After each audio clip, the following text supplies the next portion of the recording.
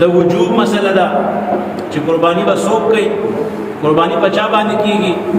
نو د هغې لپاره شریعت یو معیار یو مقدار دا ګرځولی دی، بیان کړی دی.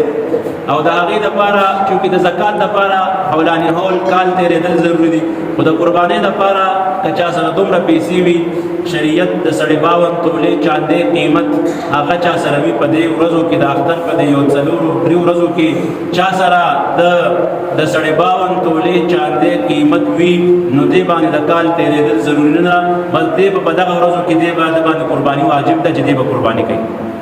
اوس د 52 تولې چاندې قیمت سره نو تقریبا په دې وخت کې ریټونه ښکته پورته کېږي د بازار، تقریبا 2700 روپۍ لږ توله قیمت دی د چاندې.